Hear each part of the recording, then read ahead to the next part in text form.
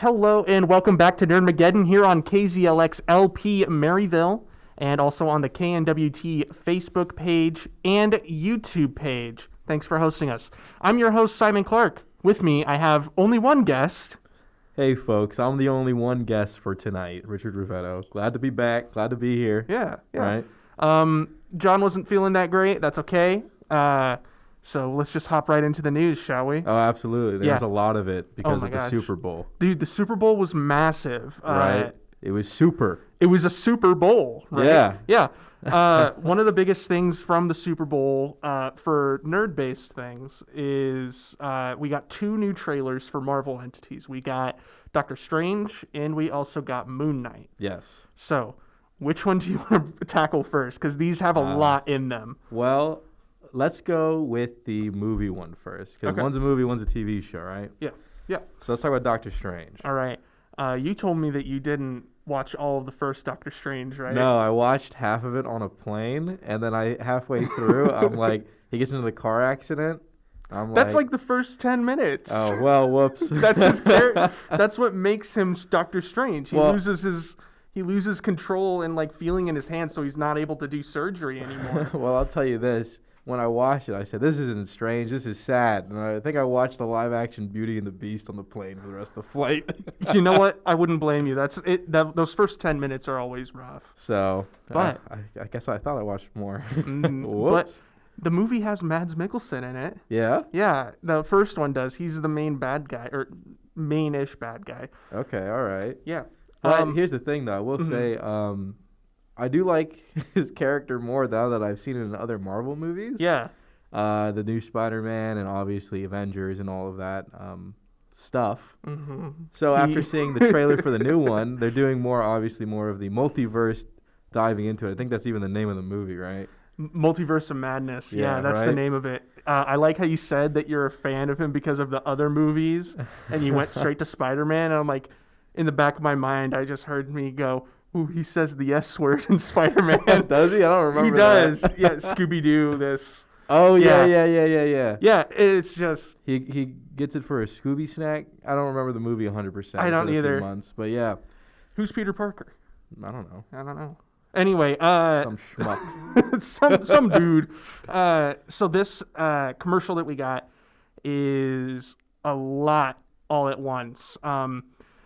Some of the big things that we noticed, you specifically, because we sat and rewatched it. We did. So that way it's fresh on the mind. Mm-hmm. You got the one guy whose voice I didn't recognize. Until I had to tell you who it was. After yeah. like three wrong guesses. Let's put that in the back real quick. I want to talk about that mummy guy. Okay, yeah. Who is he? So, on TikTok, I follow this person. I don't remember his name exactly, but uncredited.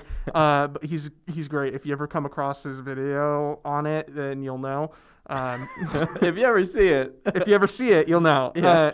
He said this guy is a person named Sidorak. Ah, so he's part spider. Kind of, actually. Like yeah. arachnid. So Sidorak is like one of these big, dark, evil entities, stronger than like most of the villains in Marvel Universe. I mean, I'm gonna say it bluntly, he does look evil. Obviously, he does look evil. He is a dark mummy with like embers and ash coming out of him. So I mean, that already, I feel like that bodes kind of a imitating aura. You know what I mean? Yeah. Intimidating aura. Right, and the first thing you see in the trailer is him screaming. You know, he's just screaming at this girl who, by the way, we've learned is America Chavez, who becomes Miss Marvel. Ah. I believe. No, I'm wrong. I don't remember what she does, but she's awesome. She's Native American. I'll take your word for it. Yeah. You know what? It's funny because we're nerds on a nerd show and we're supposed to know everything about nerds. Hey man, I don't have Disney Plus. Yeah, that's the big bet that we were doing because they do reference that. There's this funny picture on Twitter where Doctor Strange goes up to Scarlet Witch and is like, what was it? Have you heard of the multiverse or something? Yeah, right. Yeah. And she's like, I heard a lot of people, and Doctor Strange says, I don't have Disney Plus, I wouldn't know. Yeah. But that's not what he says. That's not what he says, but no, of course not. Scarlet Witch has this really kind of edgy emo thing going on, which makes sense because she's like seen she watched her brother multiverse. die. Well, that she had vision taken away from her, so Twice. Twice. And also she has this like big scary book. I haven't seen the series either. Really? Yeah. I know have everything seen, about it though. out of all the Disney Plus Marvel shows, I have seen WandaVision. That's what it was called. Yeah. Yeah. I liked it. I thought it was neat. And you know what? It's past the point of spoilers for me because everybody knows it now. All I know is that she has this like big book, and she starts doing these spells and like delving into the multiverse. I think it actually is the Necronomicon. I think Really? it actually is. I haven't seen it since WandaVision came out, which I think means it's been a year. So, give or take. But I think it actually just straight up was. I think it just name dropped it and gave it to her. You know what? I think that that's really cool. I think that I'm glad that they are sticking to pre-made fantasy and fiction and just letting them run with it. Either that or I'm completely wrong. Anyway, either way. Is this going on YouTube, right? You can catch this on YouTube. If it's wrong, put it in the comments. Yes. Tell me that I'm wrong. Yeah, please. Tell us how wrong we are. Yell at us. But do still absorb the content. Ooh, you want to watch us because we're talking about nerd stuff. Simon, don't hypnotize them. You're right. I think that goes against FCC. Maybe. But getting back to the trailer specifically and Sidorak, this TikTok star guy talked about how Sidorak is one of the most powerful beings that mages and sorcerers use his power like in regular spells. So like if you remember watching Infinity War when Doctor Strange shot those like red bands at Thanos. I forgot the dude's name for a second. Yeah, that was a big purple thing. fella. Purple man, Grimace. Grimace. And wrapped him around that. That's a spell supposedly called the Bands of Sidorak. And most people know it, or at least high-level wizards. So does Sidorak play bass, or is he like lead vocal? The bands. Okay, come on now. That was a good one. I'll give you that. Okay, so good you didn't laugh. All right. Here's the other one. I'm disappointed. What about Marvel movies that like you bring up Thanos, which is going on? This is a little bit of a tangent here. Okay. So like obviously Marvel goes this thing. It's like Thanos is the most powerful enemy yet, and now it's like Sidorak, the most powerful enemy yet for wizards, and it's like, for wizards exclusive. Yeah, they got the little asterisk thing going on there. And it's just like, okay, so what's next? So I think this is all building up to Avengers 4, which nobody knows what it's going to be. But I have a theory, and because of the Loki show, we see a lot more about the multiverse even before Spider-Man happened. Yeah.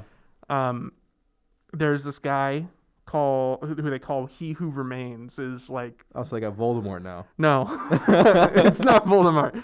It's actually a very interesting take on like the god of time. But what it is so like there are these things called variants because there are multiple universes and there is like supposed to be one true timeline. Right.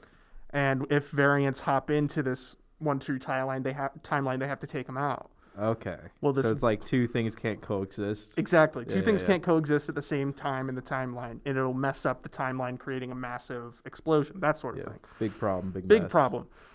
This guy says that he was a scientist, and he found a way to access the multiverse. Oh. And he was able to access other versions of himself. Well... That some of them, it messed things up. Some things like were fine and they continued to advance technology. Other ones would like fight and it started a whole multiversal war. And they call him He Who Remains because he's the last version of him living. So wait, so all the other multiverse versions of this fella are dead essentially? Basically. So he's just the last guy. Yeah. Yes. Which is why they call him He Who Remains. Wow, look at that. It's cool. Full circle. It's a cool thing. But there's a twist to the character. He is also this character named Kang from the comics. Kang the Conqueror, who is exactly what I explained for He Who Remains. Except he has like complete control over his like himself in the multiverse. He can kind of multiverse jump and he's super dangerous. So he's multitasking his life. Pretty much. It's scary. But we do see Doctor Strange in the little rotunda that we first meet who remains in it, and it's super cool. It's honestly a little like scary because he meets like this dark Doctor Strange. I was about to ask about that. Yeah. Is that just a different Doctor Strange in a different multiverse? Yes, right? it's a variant Doctor This Strange. one's evil. You can tell because he has the Tobey Maguire hair from Spider-Man 3. Yes, he does, and his beard is longer and it has gray streaks. Well, his beard already has gray streaks. Yeah. But it's like formed to his face. This one, it's just black beard with gray. Yeah, he dyed his beard, but like halfway kind of way.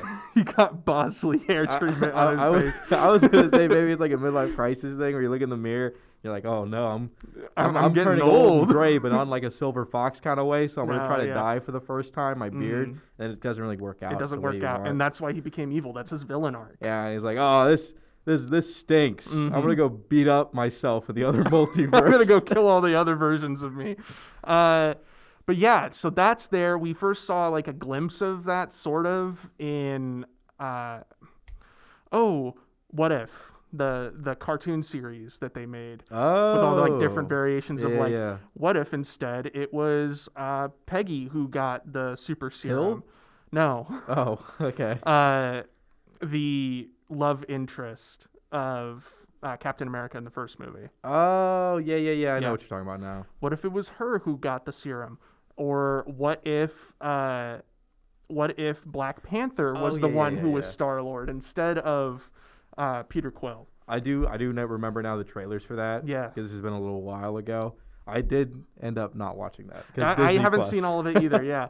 But there was a version of Doctor Strange called Superior Strange, who is like the last living Strange in the multiverse, supposedly at this point, and he causes a lot of issues. And everybody's like, "Oh, it's the guy," but he's a baddie. Yeah, we don't know if that's for sure yet. Getting back to that voice that I mentioned, because I wanted to try and fill in as much as we could before we got to that, because that's a big part of this trailer, supposedly. Yeah. So everybody has been wondering when the X-Men are going to come in. And this is the time, I'm telling you. This is probably the point that it's going to happen.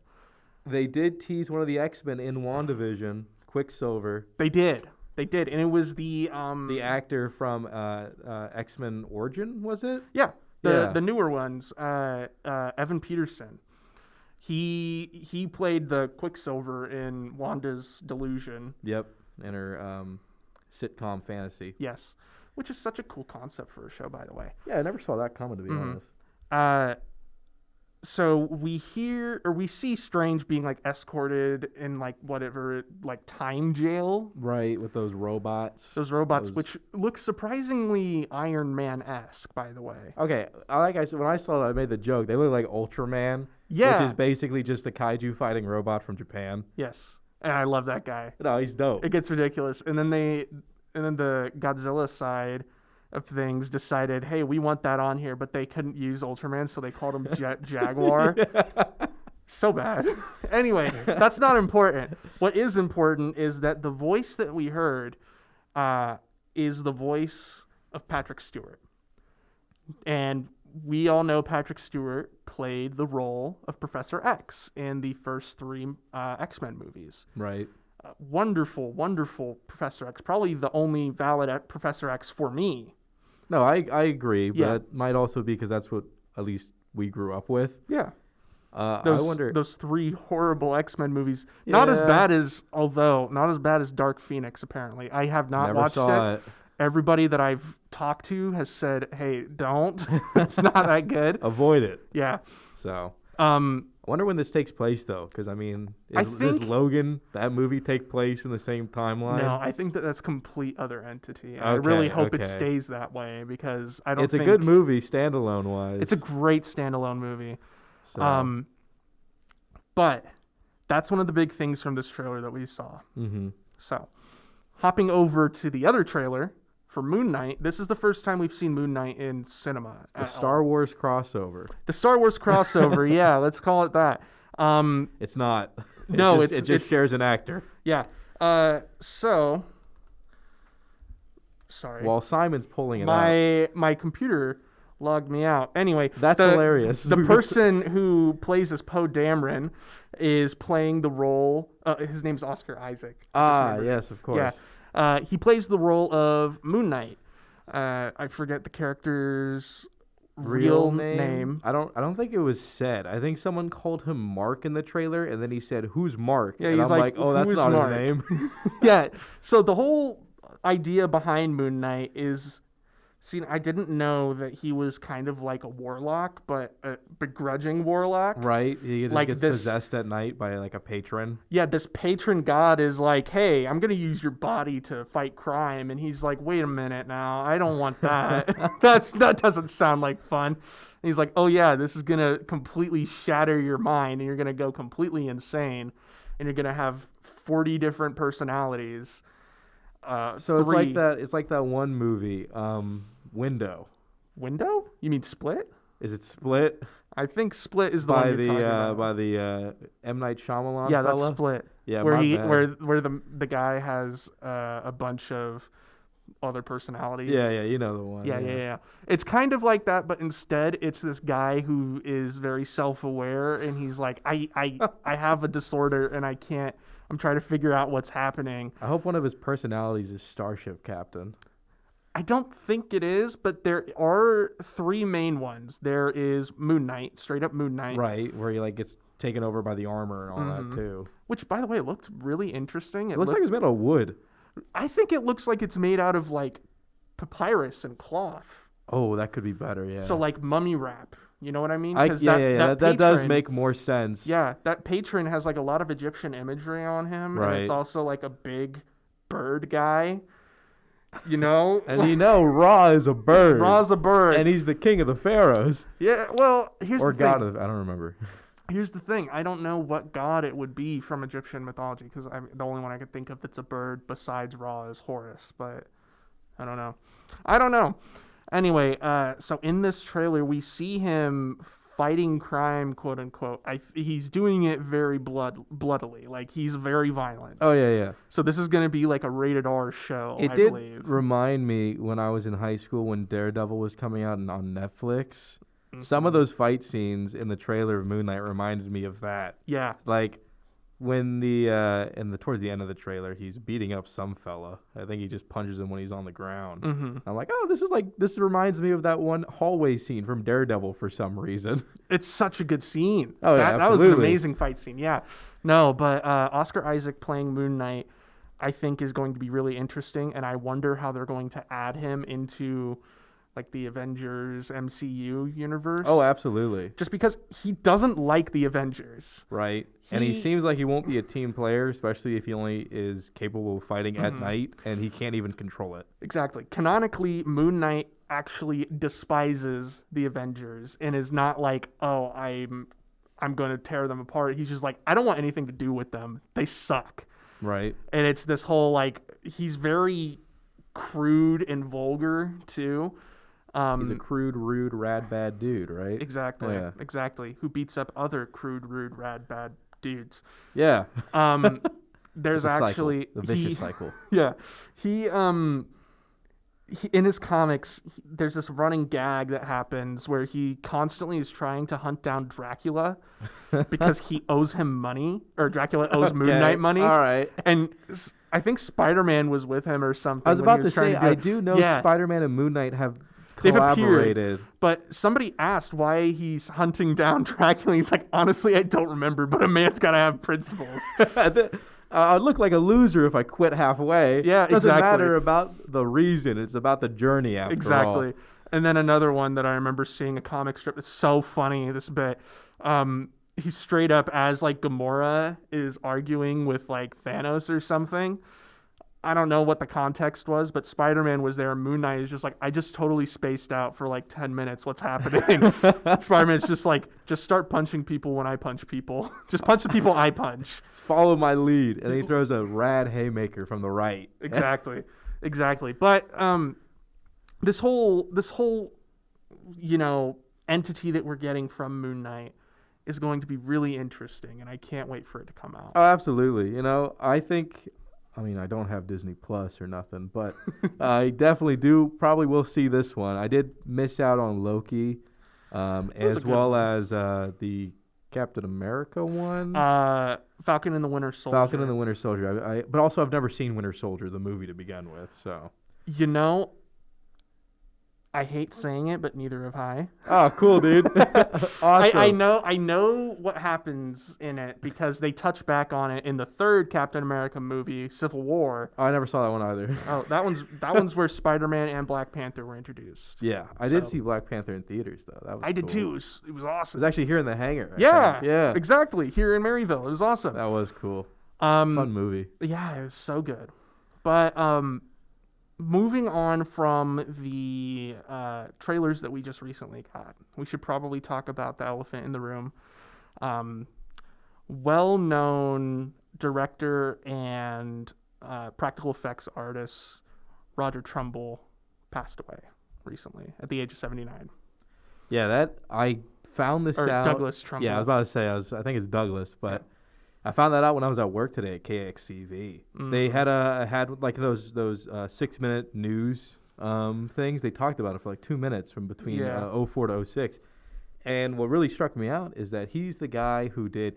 Now, I never saw 2001: A Space Odyssey. Oh my God, right? You need to. There are monkeys in it. Man. I know. That's what everyone tells me. It's so good. But also people tell me that I have to wait like basically 3 hours until the monkeys show up. No, it's in the beginning. Really? It's in the beginning. Okay. Everybody who has told you that has lied to you. Awesome, dude. Yeah. Thanks for lying to me, fellas. Now I've been watching this movie because I didn't want to sit through space. Anyway.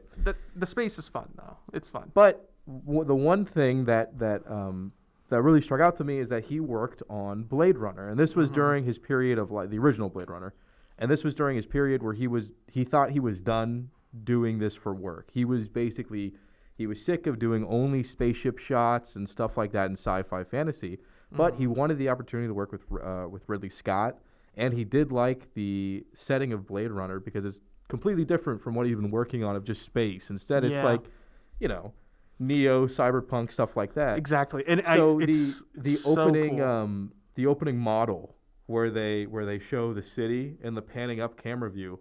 I've seen that in person. It's in the Astoria, New York Museum of Motion Picture. And I think he helped work on that, or at least helped work on the lighting behind it when they were panning over the model. Straight up a picture of him, working on it. Because I've seen, I've seen seen them working on the physical, thing, the practical form of it. It's straight up just a pyramid that's about the size of this table. Oh, it's amazing. And it's about taller than obviously it's Douglas. like one of those little robot standouts. Yeah, it's one of the robots behind us. Can you see about that on size. The thingy on the right screen? over there? Yeah, you can see the Simons. Yeah, but it's so interesting to see how much went into that art, and I just am extremely sad about it. No, absolutely. I think the article that I read said he passed in his 70s, I believe. 79. 79, yeah. So, I mean,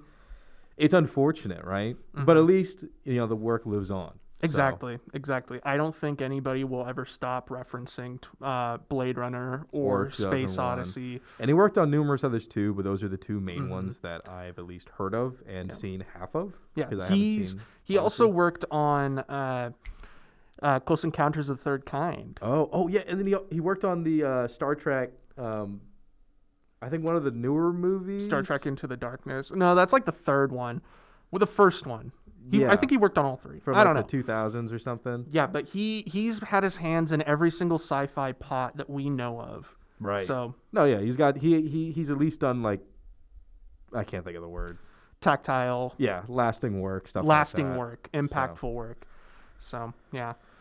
Sorry for the sad news, but we can clear that up with your geekamendation that you gave last week. Well, Simon. Since I'm the only one here, I'll get to rave about the back rooms by Kane Pixel. Oh, my God. I sat down and watched it, and I was honestly terrified for some parts of it. It was real scary. Okay, and, dude, the more I look back and watch it, the more stuff I notice. I've seen it probably just 3 times. It's a 10-minute YouTube video. I highly recommend it. That's why it was the geekamendation. Yeah. But...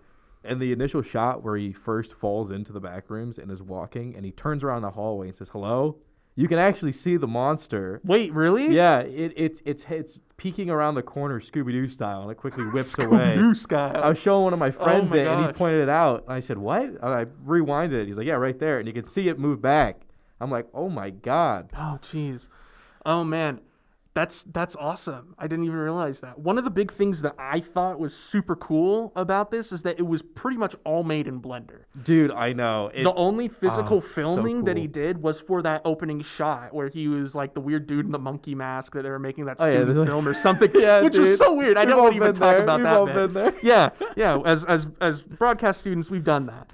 And that's all he did. And there's some parts of it where it's just infinite, infinite walls and tunnels, and it's crazy geometry, Yeah. and it's just never ending repeating. And then especially when he gets to the lower floor in the office, where they contain the back rooms. My God, the thing when he looked out the window, I swear that was in Doom. I think that was in Doom. That exact probably same was, texture bro. was in Doom, because I was looking at it and I'm like, he put a ceiling on the thing from Doom.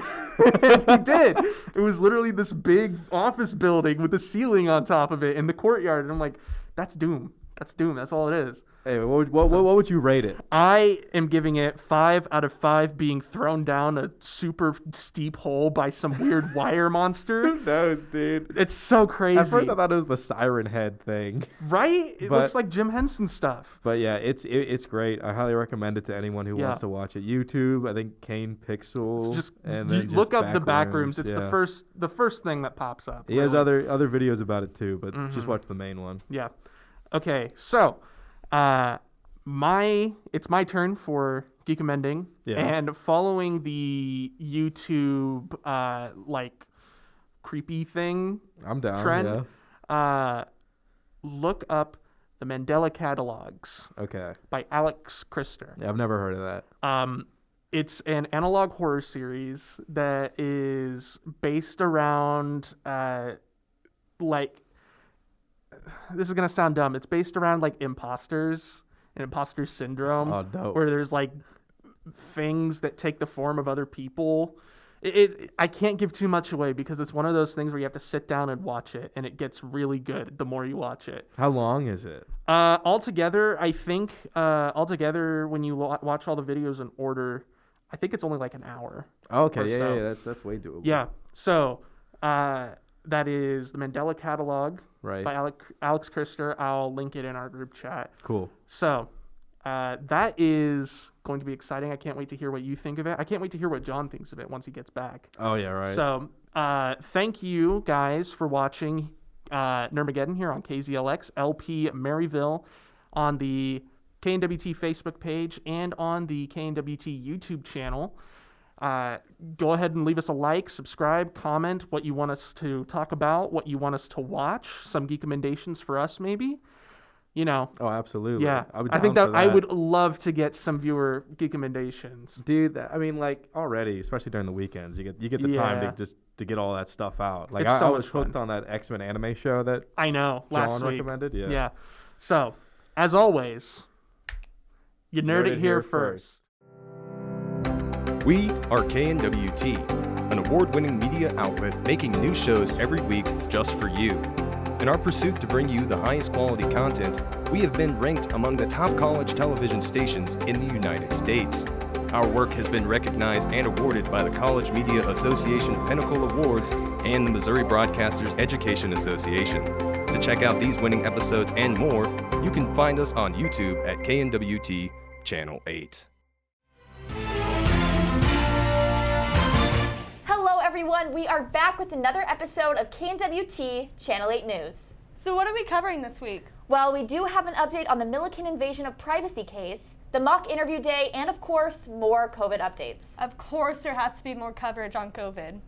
For the stories that matter to you, be sure to tune in to Channel 8 News on our YouTube page at KNWT TV. And don't forget to like and subscribe.